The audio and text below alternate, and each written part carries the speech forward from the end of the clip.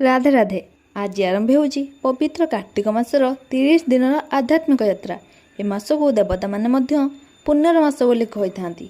ତ ଏ ମାସରେ ଆମେମାନେ ପ୍ରାତଃ ସ୍ନାନ, ଜପ ଆଉ ଦୀପଦାନ ଦ୍ୱାରା ଅପାର ପୁଣ୍ୟ ଅର୍ଜନ କରିପାରିବା।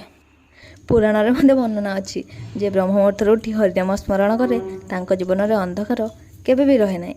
ତ ପ୍ରଥମ ଦିନରେ ମୁଁ ଏକ ସଂକଳ୍ପ ନେଉଛି, ପ୍ରତ୍ୟେକ ବ୍ରହ୍ମ ମୁହୂର୍ତ୍ତରେ ଉଠିବି, ମନକୁ ଶାନ୍ତ କରିବି ଆଉ ପ୍ରଭୁର ନାମ ସ୍ମରଣ କରିବି।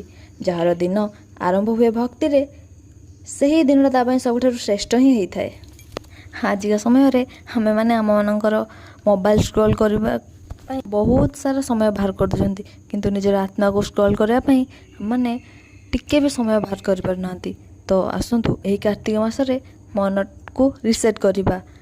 ଆସନ୍ତୁ ଏହି ମାସରେ ସବୁ ଜଣେ ଜଣେ ଛୋଟ ଛୋଟ ସଂକଳ୍ପ ନେବା, ବ୍ରହ୍ମ ମୁହୂର୍ତ୍ତରୁ ଉଠିବା, ଭକ୍ତିରେ ଦିନ ଆରମ୍ଭ କରିବା ଆଉ ନିଜର ଜୀବନକୁ ଆଲୋକିତ କରିବା। ଓମ୍ ନମଃ ନାରାୟଣ।